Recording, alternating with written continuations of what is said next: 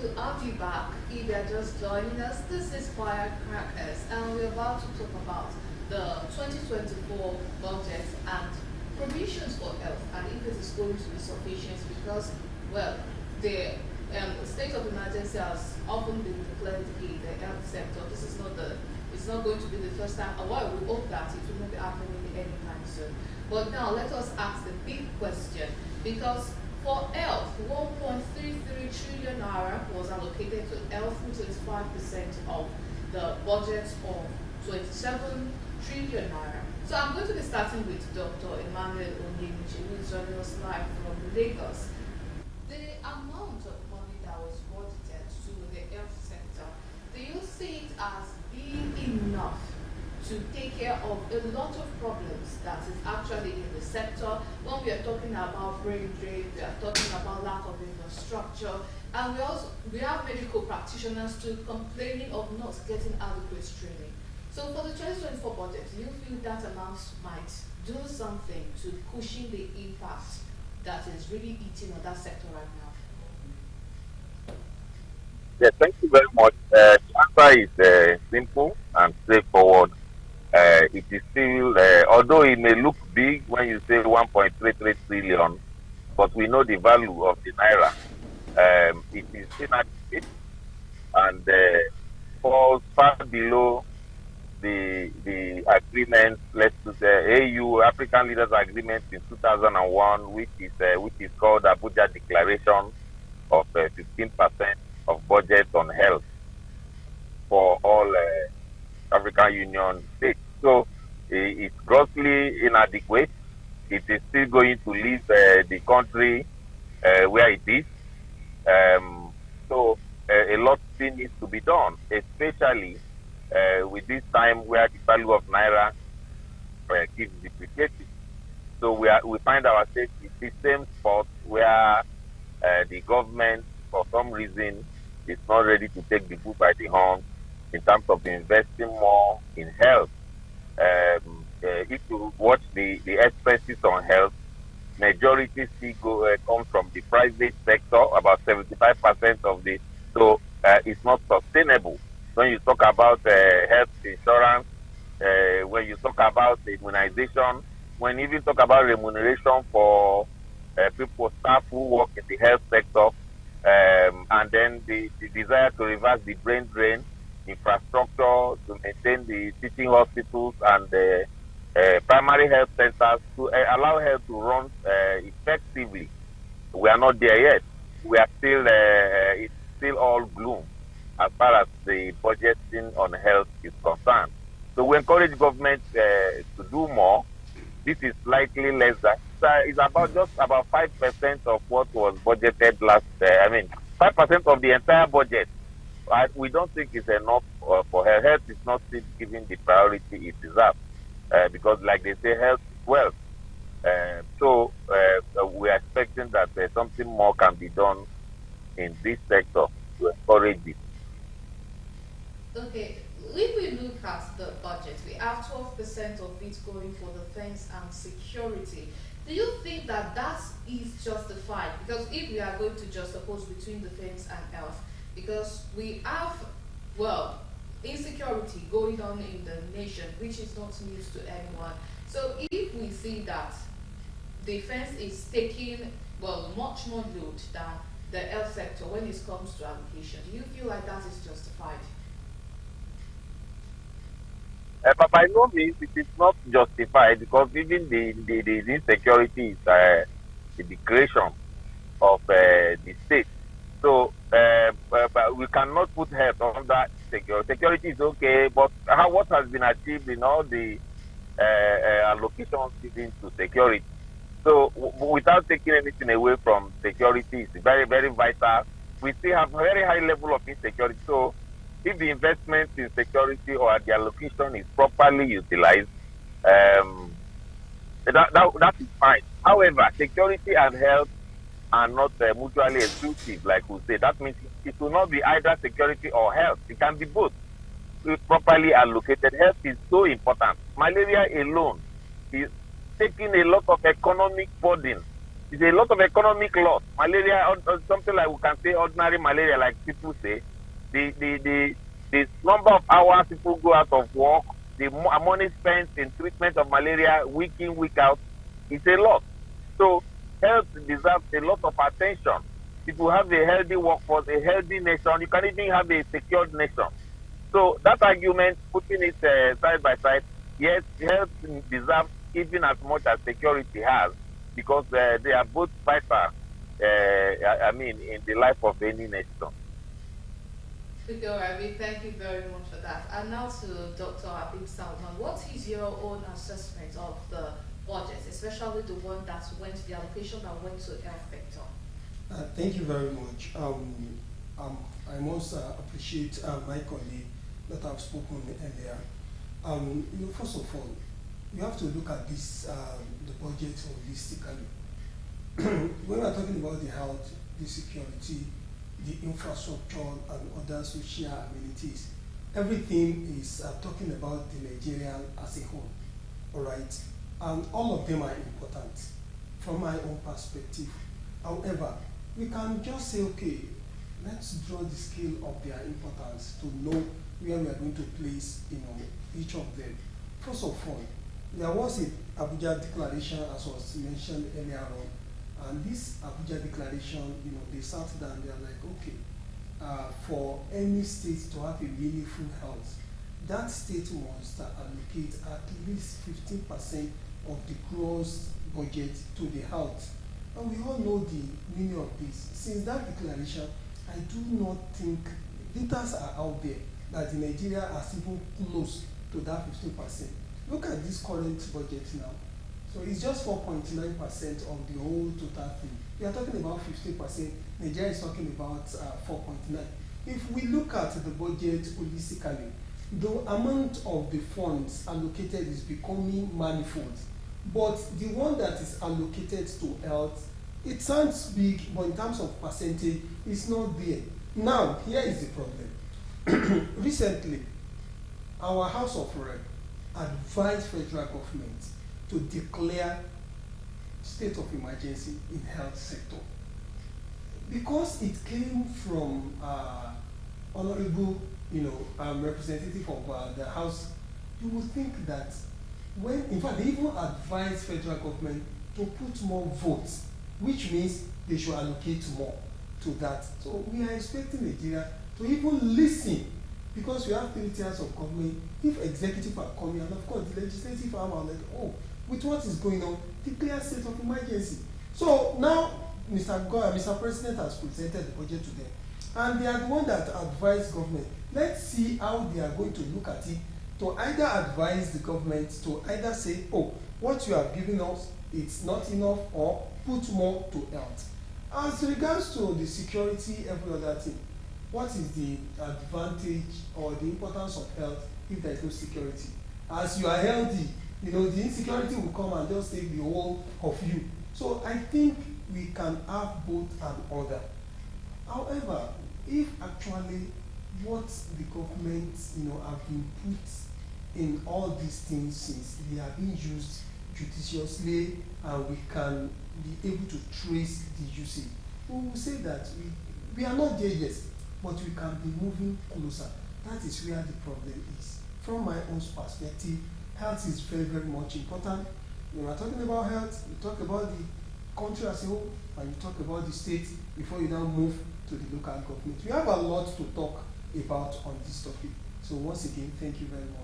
I feel like it is important for me to say many thanks to you and our guest that is joining us from Lagos for not leaving Nigeria yet, because the rate at which medical doctors are leaving the country, it is alarming.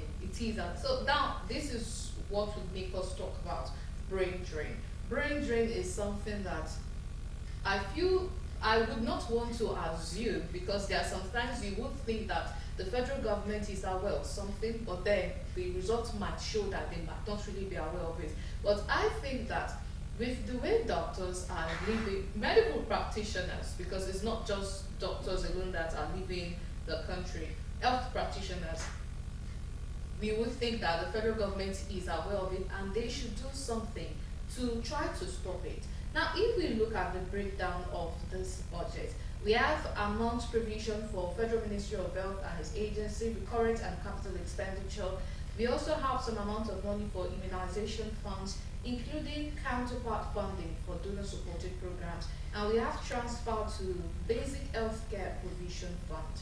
Now, with this breakdown that we have, do you think that any of these might be enough, to persuade any Nigerian doctor right now that, okay, they actually tried, we could stay and try to work with what we have at hand now? Thank you very much.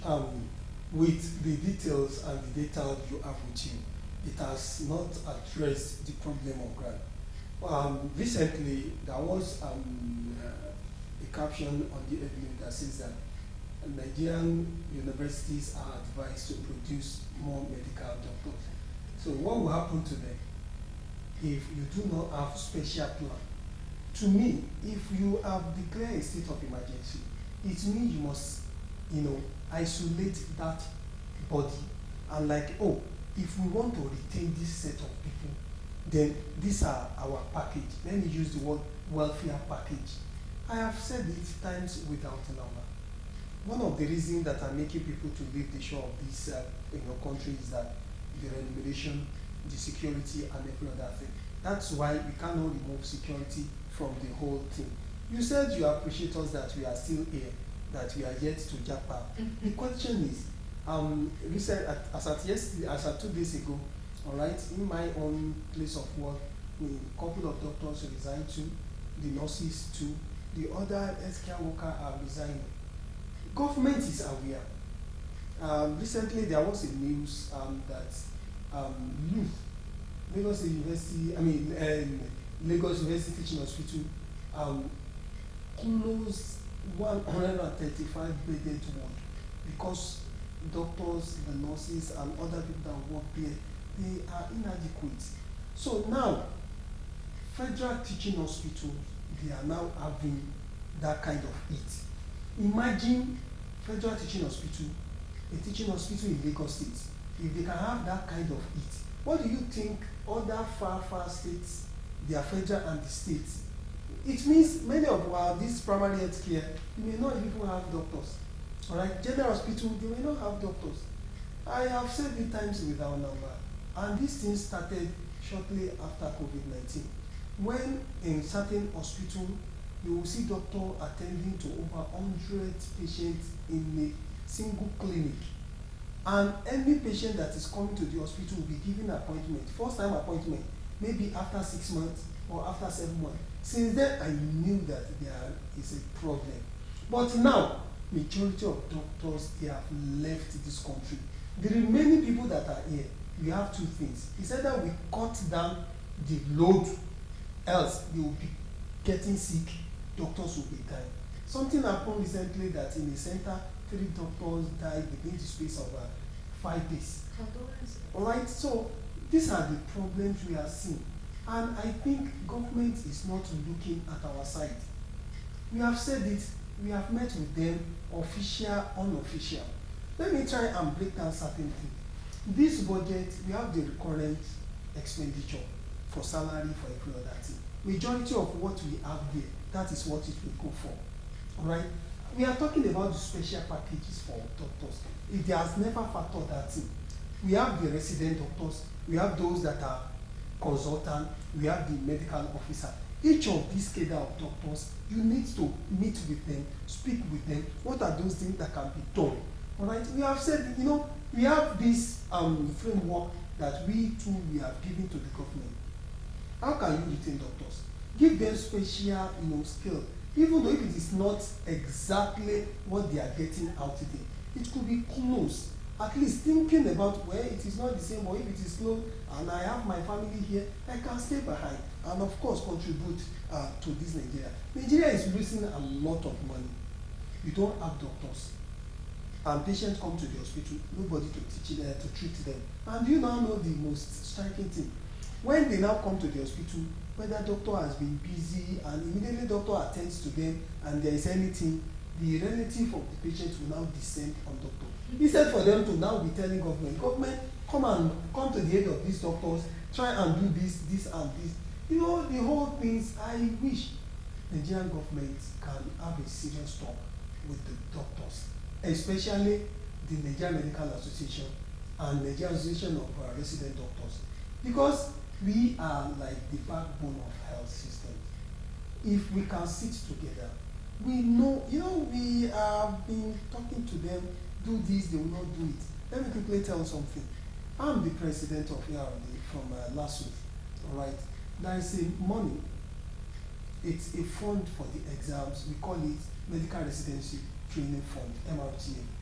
This money is supposed to be paid yearly for the resident because they go for updates, they go for exam, they will do all that thing. Now, federal government has paid. Are you getting that? Majority of states, they have paid. But let me tell you that even though in last week, we are still having issues with state government. Yes, they have responded, but the response is not the way we want it. Don't be surprised that, and of course, the only thing government understand is strike. And that's why doctor will say, okay, if we are on strike, I can have time to rest.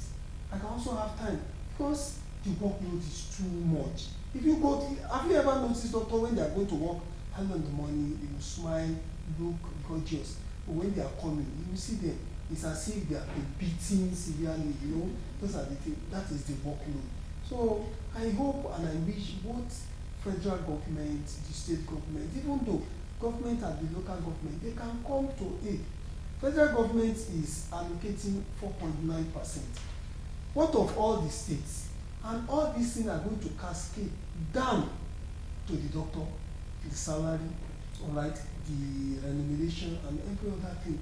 And each state must treat doctor the way, you know, and they need it. Before, private sector used to pay more than government. That was when you saw doctors moving to private sector. But now, even if private sector wants to pay, there is no doctor. So the government that are even bragging that, oh, they can do this, they can do that, there is no doctor. What do you think government should do? The little you have, try to pamper them, try to retain them. Look at what are the pull factor, what are the push factors. If you can manage, you know, you will realize that those that are gone, if we that we are told, we are telling them, oh, come, Nigeria is becoming, and of course, and whenever people begin to talk about dollar, no dollar, you know, our budget is also based on two things, all right? The amount per barrel of the crude oil, and of course, the dollar ratio. So those two things are also affecting, right? The salary has not been increased appreciably. So you cannot compete, you cannot buy anything from foreign land. Most of our equipment are not made in Nigeria, right? And you see, the people in Ems of Afia, they know this. I was talking with one of the people in the Ems of Afia.